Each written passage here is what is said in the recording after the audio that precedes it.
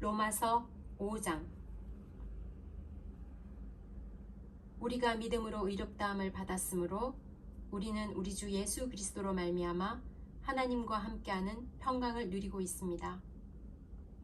예수 그리스도에 의해서 또 믿음으로 우리는 지금 우리가 서 있는 이 은혜의 자리에 들어와 있습니다.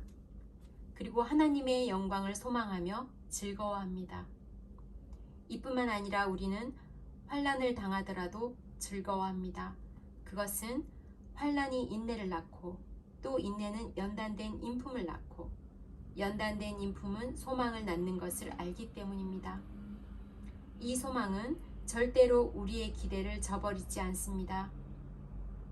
그것은 하나님께서 우리에게 주신 성령을 통해 우리 마음에 하나님의 사랑을 부어주셨기 때문입니다.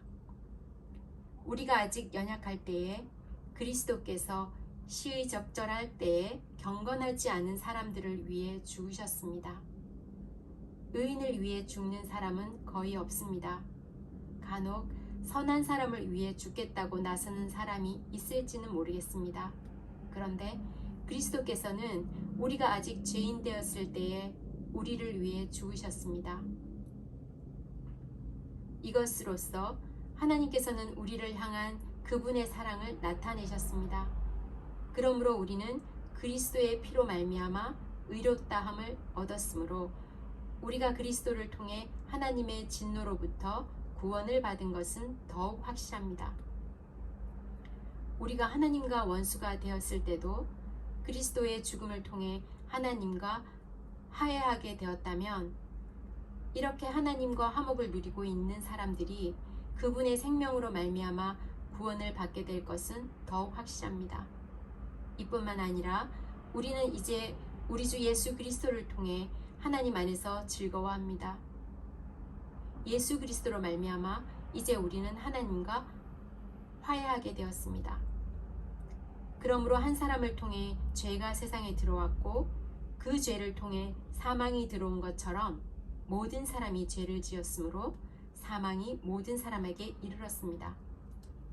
하나님께서 율법을 주시기 전에도 죄가 세상에 있었지만 율법이 없을 때에는 죄를 죄로 여기지 않았습니다.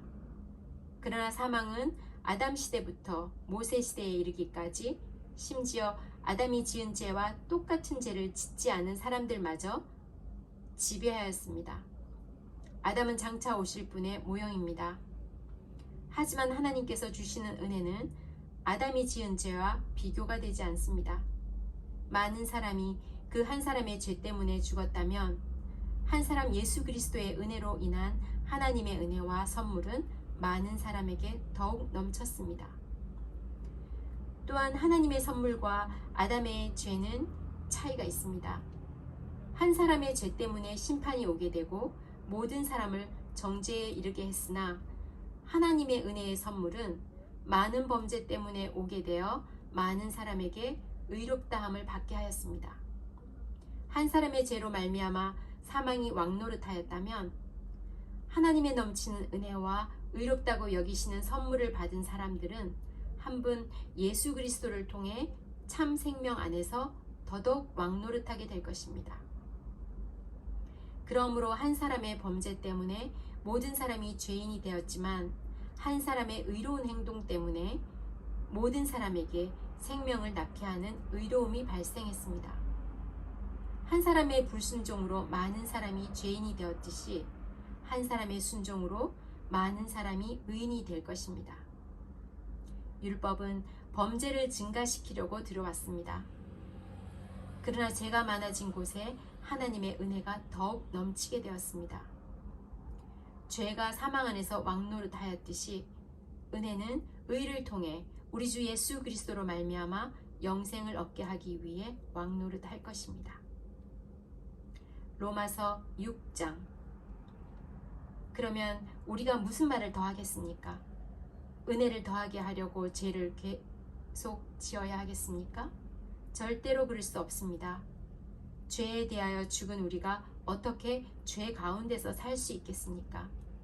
여러분은 우리가 그리스도 예수와 연합하는 세례를 받았을 때에 그분의 죽음과 연합하는 세례를 받았다는 사실을 알지 못합니까?